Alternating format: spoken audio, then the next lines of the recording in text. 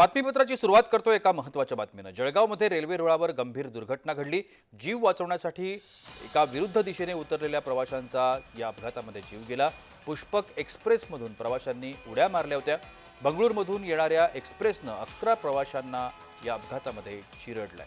जळगाव जिल्ह्यातील पाचोऱ्यामध्ये हा रेल्वे रुळावर अपघात झाला। जळगावच्या परंडा स्थानकाजवळ ही गंभीर घटना घडली। जखमींवर पाचोऱ्याच्या रुग्णालयामध्ये उपचार सुरू आहेत।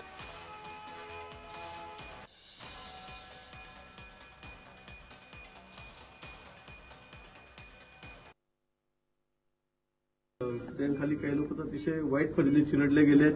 जवळपास मला वाटतं 10 ते 11 जण कॅज्युअल्टी या ठिकाणी म्हणजे मृत्युमुखी पडलेले आहेत आणि 12-14 पेशंट जे आहेत जवळपास हे या ठिकाणी जखमी झालेले आहेत। आणि जे मृत पावलेले आहेत मुख्यमंत्री महोदयांनी सांगितलं की त्यांना सगळ्यांना 5-5 लाख रुपये आपण या ठिकाणी घोषित करावेत। मी त्याप्रमाणे आताच गोष्ट जखमींना मृत पावलेले आहेत त्यांना मी 5-5 लाख रुपये या ठिकाणी देऊ।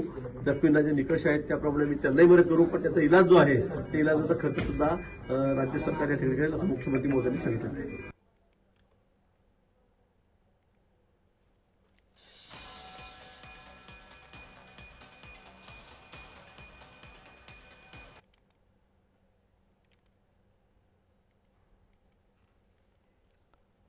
तर अपघातातील जखमींवर उपचार सुरू आहेत। मृतांच्या नातेवाईकांना 5 लाखांची मदत देण्यात आली आहे। मुख्यमंत्री देवेंद्र फडणवीस यांनी ही माहिती दिली।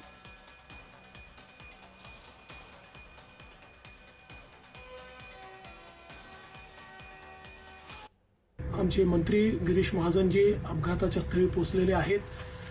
जे काही लोक मृत आहेत, जवळपास 10-11 लोक मृत असतील असा प्राथमिक अंदाज आहे। तेवढेच किंवा त्यापेक्षा जास्त लोक जखमी देखील असू शकतात। त्यामुळे सर्व जखमींची व्यवस्था ही करण्यात आलेली आहे। माझं जिल्हा प्रशासनाशी बोलणं झालंय, पोलीस प्रशासनाशी बोलणं झालं आणि मंत्री महोदयांशी बोलणं झालेलं आहे। ज्यांना जे त्या ठिकाणी मृत आहेत त्यांच्या कुटुंबाला 5 लाख रुपये मदत ही महाराष्ट्र सरकारच्या वतीनं आम्ही देणार आहोत। आणि जे जखमी आहेत त्यांचा संपूर्ण उपचार हा वेगवेगळ्या हॉस्पिटल्समध्ये जिथे जिथे ते आहेत तो सगळा मोफत उपचार त्या ठिकाणी करण्यात येईल। आणि त्यांचे जे नातेवाईक आहेत त्या नातेवाईकांच्या फॅसिलिटेशन करता किंवा त्यांना नीट सगळ्या गोष्टी मिळाव्यात अशा करता देखील सर्व प्रकारचे निर्देश देण्यात आलेले आहेत। आता ते स्टेशन मास्टरचं असं म्हणणं आहे की त्या ठिकाणी अफवा आहे असं त्यांच्या प्रथम दर्शनी आलेलं आहे। त्यामुळे चेन पुलिंग झाली। चेन पुलिंग झाल्यामुळे ती गाडी एकदम चालण्या स्पीडमध्ये जर थांबली तर चिंग्या खाली उडतात हे आपण सगळ्यांना माहिती आहे। त्यामुळे पुन्हा त्याच्यावर शिक्कामोर्तब झाला की खरंच आग लागली आहे।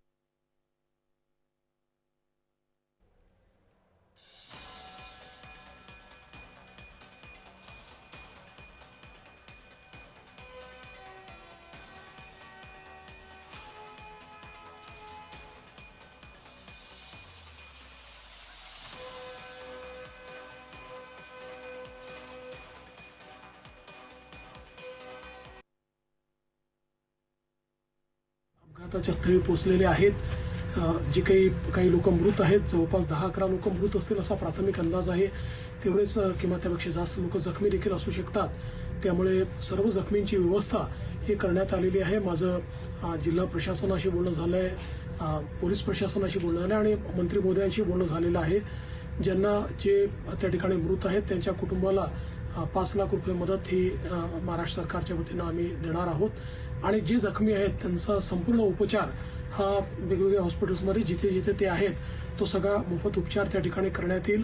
आणि त्यांचे जे नातेवाईक आहेत त्या नातेवाईकांच्या फॅसिलिटेशन करता किंवा त्यांना नीट सगळ्या गोष्टी मिळाव्यात अशा करता देखील सर्व प्रकारचे निर्देश देण्यात आलेले आहेत।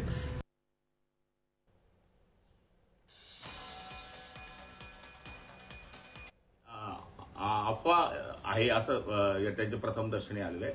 त्यामुळे चेन पुलिंग झाली। चेन पुलिंग झाल्यामुळे ती गाडी एकदम चालण्या स्पीडमध्ये जर थांबली तर चिंग्या खाली उडतात हे आपण सगळ्यांना माहिती आहे। त्यामुळे पुन्हा त्याच्यावर शिक्कामोर्तब झाला की खरंच आग लागली आहे।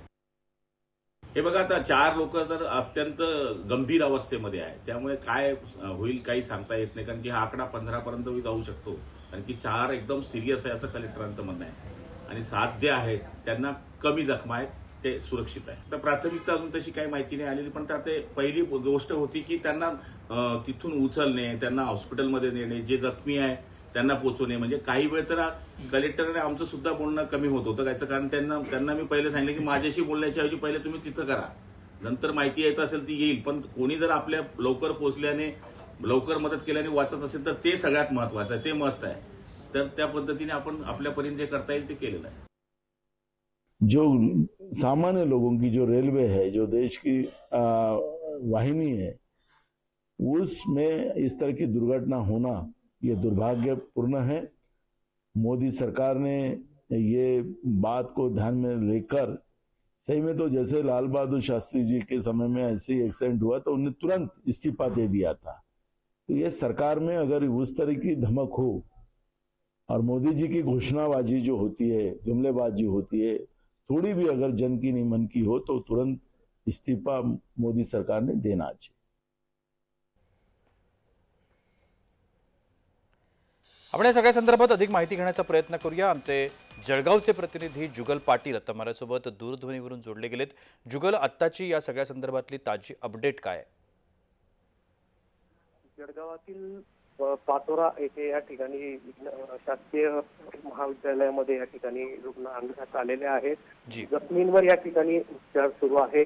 जवळपास 11 रुग्णांना या ठिकाणी पाचोरा येथील खासगी रुग्णालयामध्ये या ठिकाणी दाखल करण्यात आलेला आहे। या प्रकारचे जे मृतदेह आहे ते जळगावला या ठिकाणी जे शासकीय वैद्यकीय महाविद्यालयात या ठिकाणी ते मृतदेह शासकीय वैद्यकीय महाविद्यालयात आणण्यात आलेले आहे। त्याचप्रमाणे आता सध्या तरी या ठिकाणी पोलीस आलेले आहेत, रुग्णांची विचारपूस करत आहे की ही नेमकी घटना कशी घडली, त्या संदर्भातली माहिती पोलीस प्रशासन या ठिकाणी घेत आहे। खासगी रुग्णालयामध्ये या ठिकाणी रुग्णांवर या ठिकाणी उपचार सुरू आहे। लहान मुलांचा देखील यामध्ये समावेश असून लहान बालकं सुद्धा यामध्ये घाबरलेल्या अवस्थेत या ठिकाणी दिसून येत आहे। ही घटना घडली तेव्हा या ठिकाणी अचानक ही घटना घडल्यामुळे प्रचंड रुग्ण या ठिकाणी घाबरले होते। घाबरलेल्या अवस्थेत या ठिकाणी रुग्ण असल्या कारणाने डॉक्टर यांच्यावर या ठिकाणी सध्या तरी उपचार सुरू आहेत। सर, धन्यवाद जुगल, आपण दिलेल्या या विस्तृत माहितीसाठी।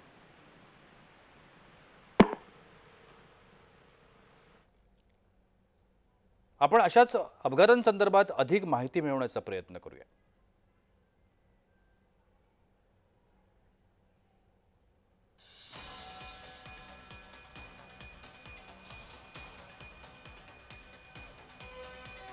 पुष्पक एक्सप्रेस या रेल्वेला अशा पद्धतीचा हा अपघात झालेला आहे। पुष्पक एक्सप्रेस ही लखनौकडून मुंबईकडे येणारी गाडी ज्यावेळेला पाचोरा या ठिकाणी आली त्यावेळेला हा अपघात घडला। समोरून या रेल्वेमध्ये असणाऱ्या काही व्यक्तींनी आपण पाहतोय अशाच पद्धतीचे अपघात यापूर्वी देखील घडलेले आहेत। आपल्या समोर या संदर्भातली माहिती आहे। 16 ऑगस्ट 2001 ची ही घटना आहे। जळगावामध्ये रूळ ओलांडताना 8 महिला आणि 2 मुलांसह 15 जणांचा मृत्यू झाला होता। 2001 मधली ही घटना आहे, जवळजवळ 22-23 वर्षांपूर्वीची। 28 मे 2010 मधली ही घटना आहे। पश्चिम बंगालमध्ये ज्ञानेश्वर एक्सप्रेस रुळावरून घसरली आणि 148हून अधिक जणांचा मृत्यू झाला। जवळजवळ 13-14 वर्षांपूर्वीची घटना। त्यानंतर एक 10 वर्षांपूर्वीची घटना 23 जुलै 2014ला घडलेली। आंध्र प्रदेशमध्ये बस आणि ट्रेनची टक्कर झाली आणि यामध्ये किमान 20 जण ठार झाले। पुढची घटना 2020 सालातली एक 4 वर्षांपूर्वीची 5 वर्षांपूर्वीची 8 मे 2020 औरंगाबाद रेल्वे अपघात घडला। माल वाहतूक करणाऱ्या 16 परप्रांतीय कामगारांचा मृत्यू झाला। पुढची घटना आहे 2 नोव्हेंबर 2024 ची, म्हणजे आत्ताचीच ही घटना म्हणता येईल। केरळ एक्सप्रेसची धडक 2 महिलांसह तामिळनाडूतल्या 4 स्वच्छता कामगारांचा मृत्यू झाला। 8 मे 2021 म्हणजे पुन्हा एक 3-4 वर्षांपूर्वीची घटना। कोणार्क एक्सप्रेसची धडक बसून ट्रॅक तपासणी करणारे जे कामगार असतात त्या 2 कामगारांचा मृत्यू झाला। आणखीन एक घटना 2018 सालातली 19 ऑक्टोबर 2018 अमृतसर ट्रेन दुर्घटना घडली होती। प्रेक्षकांच्या गर्दीमध्ये 2 गाड्या घुसल्यानं किमान 59 लोक ठार झाली होती तर 100हून अधिक जण जखमी होते। त्यानंतर अजून एक 2013 सालची म्हणजे एक 10-12 वर्षांपूर्वीची घटना 19 ऑक्टोबर 2013 धमारा घाट रेल्वे अपघात राज्य राणी एक्सप्रेस प्रवाशांवर आदळल्यानं किमान 35 जण ठार झाल्याची घटना घडली होती.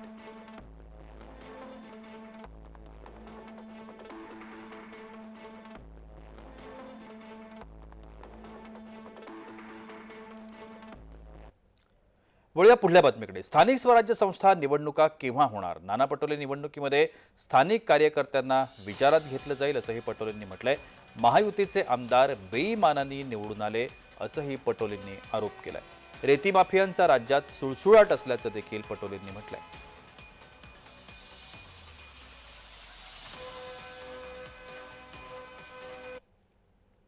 वळूया पुढल्या बातमीकडे. स्थानिक स्वराज्य संस्था निवडणुका केव्हा होणार? नाना पटोलेंनी हा सवाल विचारलाय. निवडणुकीमध्ये स्थानिक कार्यकर्त्यांना विचारात घेतलं जाईल असंही पटोलेंनी यावेळेला म्हटलंय. महायुतीचे आमदार बेईमानाने निवडून आले असंही आरोप पटोलेंनी केलाय.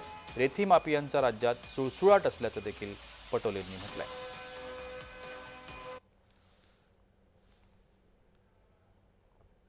सगळ्यांच्या समोर आहे, त्यामुळे आता त्याच्यावरची चर्चा हा काही भाग होऊ शकत नाही. ज्यावेळेस निवडणुका लागतील त्यावेळेस स्थानिक कार्यकर्त्यांना विचारून या सगळ्या निवडणुकीची एक व्यूहरचना आम्ही लोक महाविकास आघाडी म्हणून करू.